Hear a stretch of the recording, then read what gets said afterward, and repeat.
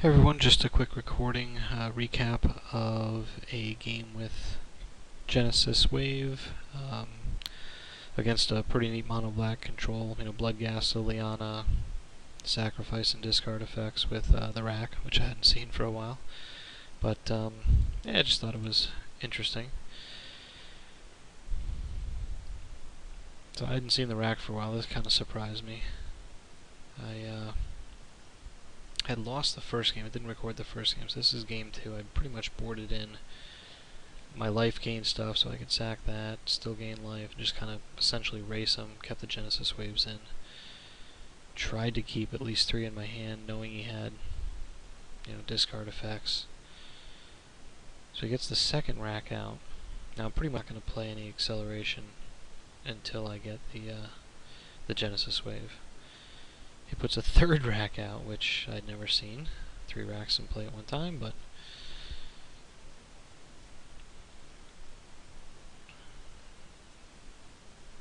turns out that's all he had, and didn't have a lot of smother effects, and had that one, but I was able to race and put enough pressure on the board to win the race pretty well. So he hymns me there.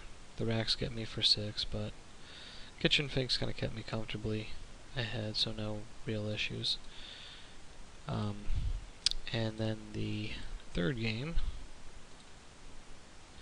was a pretty interesting grind, and the reason I replayed it because I had to make a pretty good call and a bet in terms of what he didn't have, what he couldn't use.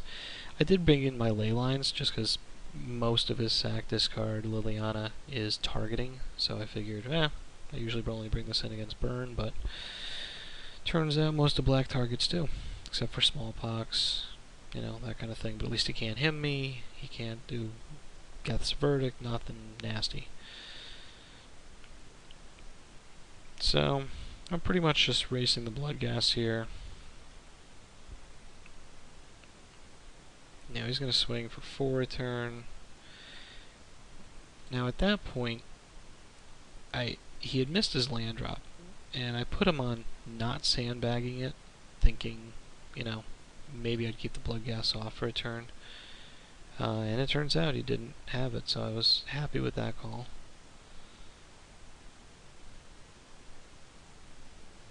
I take care of Lilliana there just because I don't want a rack and a discard effect that doesn't target. He does draw the land, does get the blood gas back. The arena helps me out, puts him on a little more of a clock. Obviously, trade a life for a card any time, as anyone would, but at least it helps me out in the race.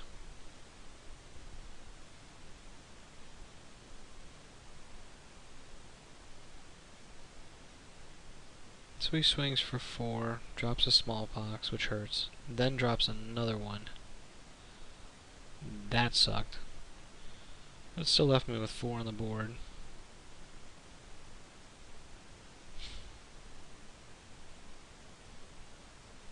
He swings for 4, and here's where I kinda had to make the call. I'm at 5, he swings for 4. Obviously, if he can make me discard, I'm gonna lose to the rack. I know he can't Geth's Verdict me to make me lose the point of damage for the creature, so I'm not worried about that. I think if he had another Lilliana, he would have put it into play pre-combat. I'm not sure why I just put him on that, even though that's probably not the correct play, but whatever. I just, for some reason, just didn't think he had the Lilliana again. So I pretty much had to get him off of doing that extra point of having a targeted discard. So that was the path I chose. I thought, hey, I thought the ley line, he didn't see it game 1 or 2, was throwing him, and all he had left of the 2 cards was targeted discard, and he couldn't get me below the last point. So I was able to swing for lethal on 1 point, which I was surprised about. But anyway, just a fun recap, interesting game, and thanks for watching.